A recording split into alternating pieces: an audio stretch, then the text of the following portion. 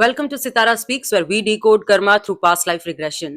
Imagine कीजिए कि आप किसी संत को, किसी बहुत महान आत्मा है, उन्हें दिल से चाहते हैं, आप फुल ऑन उनके डिवोटी हैं और आप अपना पास्ट लाइफ रिग्रेशन सिर्फ इसी वजह से करवा रहे हैं क्योंकि आपको ये जानना है कि जिस जमीन पे वो चले थे क्या कहीं मैं भी चली थी, क्या जब वो अपनी फिजिकल बॉडी में थे मैं उनसे कभी मिली थी। ये कहानी है मेरी एक बहुत ही प्यारी क्लाइंट जिनका नाम लक्ष्मी है। साउथ से वो बिलोंग करती है, अराउंड 60 ईयर्स की है। जब मैं उनसे बात कर रही थी मुझे बहुत ही वार्म और मदरली फीलिंग आ रही थी, बहुत ही पीसफुल ऑरा है। उनके साथ ये हुआ था कि जब वो छोटी बच्ची थी, एक बार उनके पापा मेले में घूमने गए थे और वहां से वो एक लॉकेट लेके आए थे। वो लॉकेट था साईं बाबा का। और जब से वो लॉकेट अपने घर पे लाए थे पूरा का पूरा फैमिली मानो कि साईं बाबा का डिवोटी हो गया। हालांकि जहां तक मुझे पता है साउथ इंडिया में शायद साईं बाबा को मानने वाले लोग इतने नहीं हैं। मैं गलत भी हो सकती हूँ, लेकिन मुझे लगता है कि महाराष्ट्र और नॉर्थ इंडिया में उनके फॉलोअर्स और डिवोटीज ज्यादा है। लेकिन ये वहां के होने के बावजूद भी पूरे फैमिली को बड़ा ही पुल फील हुआ साईं बाबा के प्रति। और वो आज तक उनकी डिवोटी है और वो ये जानना चाहती थी अपने पास्ट लाइफ रिग्रेशन के जरिए कि क्या वो कभी साईं बाबा से मिली थी जब वो महाराष्ट्र में नासिक में अपने शरीर में थे। और ऐसे केसेस बहुत कम आते हैं कि कि कोई इतना इतना स्ट्रांगली डिवोशन में है कि वो ये जानना चाहता है। हालांकि उनका एक दूसरा क्वेश्चन भी था कि बहुत ही छोटी उम्र में उनकी शादी हो गई थी, जैसे कि कॉलेज खत्म की और तुरंत ही शादी हो गई। तो उनकी जो सास थी वो उन्हें पसंद नहीं करती थी, बहुत ताने मारती थी। और ये जो लेडी है लक्ष्मी जी, वो आज भी मुझे पता चलता है कि शी इज सो काम। तो जब वो छोटी होगी तब तो वो बेचारी बहुत ही नाइव होगी, and that's what she said कि मैं इतनी नाइव थी, इतनी छोटी बच्ची थी कि मैं कभी भी अपनी सास के सामने आवाज नहीं उठा पाई। उन्होंने मुझे बहुत परेशान किया, वो शायद मुझे पसंद ही नहीं करती थी। लेकिन मैं कभी भी मैंने रेबल नहीं किया, मैंने कभी भी उनके साथ में झगड़ा नहीं किया। मैं बस सुनती थी, अपना काम करती थी। तो उन्हें ये जानना था कि मेरी सास मुझे इतना नापसंद क्यों करती थी। हालांकि उनकी सास को गुजरे हुए अब 12 साल से ऊपर हो गए हैं और वो कहती है कि मेरी लाइफ काफी बेटर है, आई मीन पीसफुल है उनके जाने के बाद। लेकिन जब तक वो थी तब तक कुछ ना कुछ चलता रहता था, वो परेशान करती रहती थी। तो उन्हें ये दोनों सवाल के जवाब ढूंढने के लिए अपना पास्ट लाइफ रिग्रेशन करवाना था। और I am very happy to say कि एक ही लाइफ में हम इन दोनों सवालों के जवाब ढूंढ पाए। और स्पिरिट गाइड ने भी उन्हें बहुत अच्छा गाइडेंस दिया। And I was also very happy for her के उन्हें अपने सवालों के जवाब मिल गए। तो अब जानते हैं कि उन्होंने अपने पास्ट लाइफ रिग्रेशन में अपने पिछले जीवन में क्या देखा। जब मैं उन्हें अपने पास्ट लाइफ में लेके गई, सबसे पहला सीन जो उन्होंने देखा, उन्होंने कहा कि वो एक मिट्टी मिट्टी जैसी जमीन है, वहां पे खड़े हैं। आसपास मिट्टी के बने हुए घर हैं। वो किसी गली में घूम रहे हैं। मैंने उन्हें कहा कि अपने कपड़े चेक करो, तो उन्होंने कहा कि मैंने कुछ चप्पल जैसी पहनी हुई है, सफेद धोती है, सफेद शर्ट जैसा कुछ है और सर पे सफेद साफा जैसा बांधा हुआ है उन्होंने। तो मैंने कहा ठीक है, क्या ये आपका गांव है, आप यहाँ पे घूम रहे हो? तो उन्होंने कहा नहीं, ये जगह देख के लग नहीं रहा कि ये मेरा गांव है। तो जनरली ऐसा होता है कि जब क्लाइंट पास्ट लाइफ में जाते हैं तो एक सीन में वो कुछ देख रहे होते हैं, वहां से हम लोगों को नेविगेट करना होता है, सवाल पूछ पूछ के इन्फॉर्मेशन निकालनी होती है। तो मैंने उनसे कहा कि आप यहाँ घूमने आए हो, किसी को ढूंढने आए हो, किसी से मिलने आए हो? तो उन्होंने कहा कि मुझे लग रहा है कि मैं कुछ ढूंढने के लिए आया हूँ, लेकिन मुझे समझ नहीं आ रहा, शायद मैं खो गया हूँ। इससे आगे भी हमने बहुत सारी इन्फॉर्मेशन निकालने की कोशिश की, लेकिन वो कुछ ज्यादा उस टाइम पे कह नहीं पाई। उन्होंने बस ये कहा कि मैं करीबन 55-60 साल का मेल हूँ, ग्रे मूछें हैं मेरी, मैं इस गांव में हूँ और मैं किसी को ढूंढने के लिए निकला हूँ, लेकिन मैं शायद खो गया हूँ। तो मैंने फिर कहा चलो ठीक है, हम लोग दूसरे सीन में पहुंचे। दूसरे सीन में उन्होंने पाया कि वो अपने घर में खड़े हैं। वहां पे काफी लोग हैं, वो वरांडा में खड़े हुए थे। मैंने कहा कि आसपास देखो कौन लोग हैं, तो उन्होंने चेक किया कि कुछ काम करने वाले लोग वहां पे थे। फिर उन्हें घर में कुछ मिला नहीं तो हम फिर से वरांडा में आ गए। मैंने कहा वरांडा से देखो क्या दिखता है, तो उन्हें बड़े बड़े खेत दिखने लगे। उन्होंने कहा कि ये मेरे खेत हैं और इन खेतों को देख के मैं बहुत खुश हूँ, मैं बहुत पीसफुल फील कर रहा हूँ, मैं कंटेंटेड फील कर रहा हूँ। तो मैंने कहा खेत में कौन काम करता है? तो उन्होंने कहा कि मैं काम करता हूँ, वर्कर्स करते हैं, हमारे पास कैटल यानी कि गाय भैंस जो जानवर रखते हैं दूध के लिए, तो वो भी है उनके पास में। तो मैंने ये कहा कि चलो एक काम करो, अपनी सास को इमेजिन करो और देखो कि वो इस लाइफ में आपके साथ थी या नहीं। तो अचानक से सीन चेंज हो गया पूरा और उन्होंने देखा कि एक आदमी घोड़े पे बैठा हुआ है, घोड़े पे सवार है। तो उन्होंने कहा कि मैं किसी को देख रही हूँ, कोई सोल्जर है, कोई सिपाही है, घोड़े पे बैठा हुआ है। तो मैंने कहा ठीक है, तो आप कहाँ हैं? तो उन्होंने कहा कि मैंने लाल रंग की साड़ी पहन रखी है, बड़ी बिंदी लगा रखी है, सोने की नथ है और कंगन है। तो इस टाइम पे मैं थोड़ा सा शॉक हो गई, क्योंकि जब हमने पीएलआर शुरू किया था तो उन्होंने अपने आप को मेल देखा था, और जब ये दूसरा सीन आया तो उन्होंने अपने आप को फीमेल देखा।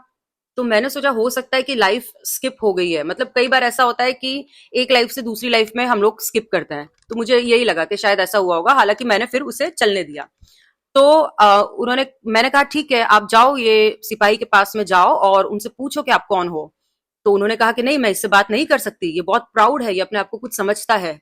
तो मैंने कहा ठीक है, लेकिन आप क्या कर रही हो वहां पे? तो उन्होंने कहा मेरे पास बास्केट है, मैं अपने खेत में काम करने के लिए जा रही हूँ।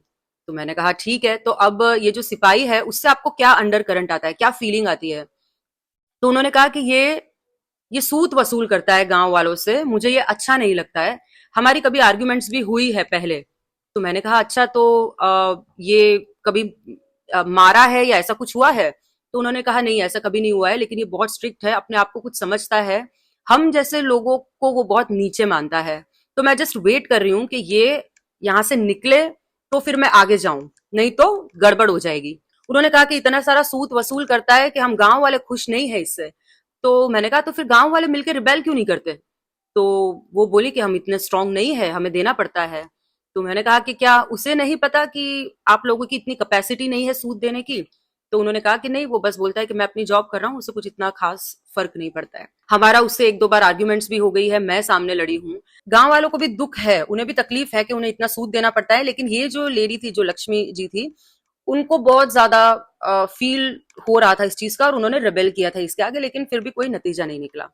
यहाँ से ये सीन खत्म हुआ। मैंने कहा ठीक है, आप अपने जीवन के आखिरी दिन में जाइए। करीबन 80 साल के आसपास थी। उन्होंने कहा कि मेरे बच्चे हैं, आसपास गांव वाले हैं, रिलेटिव्स हैं, मैं बहुत सुखी हूँ, मतलब मैं बहुत पीसफुल हूँ, मैंने पूरी जिंदगी देख ली, सब कुछ अच्छा था, और मैं बहुत अच्छे से अपना शरीर छोड़ रही हूँ।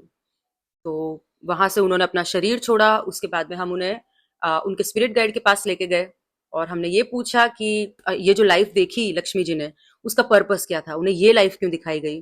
तो उन्होंने कहा कि पैसे मैटर नहीं करता, तुम बहुत ही पीसफुली, बहुत ही अच्छे से रही हुई हो, और तुम आज भी ऐसे रह सकती हो, तुम्हारे में वो बीज है जहाँ पे तुम अपने लाइफ को एंजॉय करो, कंटेंटेड फील करो। फिर मैंने पूछा कि हम इनकी सास के बारे में जानना चाहते थे, सास तो हमें दिखाई नहीं दी। तो स्पिरिट गाइड ने कहा कि वो जो सोल्जर था वो उनकी सास थी, ये उस टाइम पे हमको पता नहीं चला। तो हमने कहा कि ऐसा कैसा, वो कैसे सास बन के आई और इनको क्यों परेशान किया इस लाइफ में आके? तो उन्होंने कहा कि वो आत्मा ही ऐसी थी, वो थोड़ी सी ब्रूटल थी, उन्हें किसी का दुख, किसी का गम से कोई फर्क नहीं पड़ता था। और क्योंकि दूसरे गांव वालों ने इतना पंगा नहीं लिया था, इतना रिबेल नहीं किया था, लेकिन तुम उसके साथ में टकरा के तुमने कार्मिक पैटर्न बनाए, तुमने वहां पे अपना कर्मा खड़ा किया, इस वजह से ये तुम्हारी लाइफ में आई और तुम्हें थोड़ी सी और तकलीफें दी। तो हमने कहा कि अब क्या, मतलब आगे भी क्या मुझे इसका भुगतान करना पड़ेगा?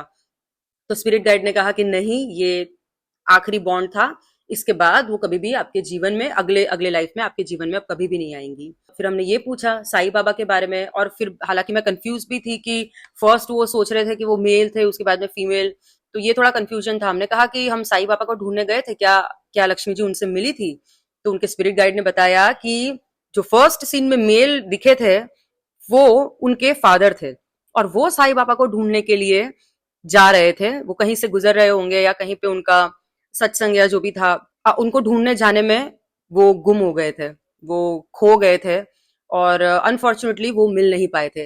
लेकिन हाँ, ये चीज जानने मिली कि उनको साईं बाबा के साथ में इतना जो पुल, इतना कनेक्शन फील होता है, वो पिछले जन्म से है। हालांकि वो उनसे मिल नहीं पाए थे, लेकिन वो महाराष्ट्र में ही सेम जगह पे जहां पे साईं बाबा थे वहां पे वो भी रहते थे, और तब से ही इनका कनेक्शन है साईं बाबा के साथ में। तो ये जान के भी बहुत खुशी हुई। और स्पिरिट गाइड ने आगे के गाइडेंस के लिए यही कहा कि बस भक्ति करते जाओ, अपना डिवोशन बढ़ाओ, मेडिटेशन करो, और आप जिस पाथ पे चल रहे हो वो बिल्कुल सही है, आप बिल्कुल सही जा रहे हो। ऐसा जनरली कम मिलता है, हम कुछ ना कुछ गलतियां करते ही हैं लाइफ में, और स्पिरिट गाइड से अच्छी अच्छी एडवाइस मिलती है।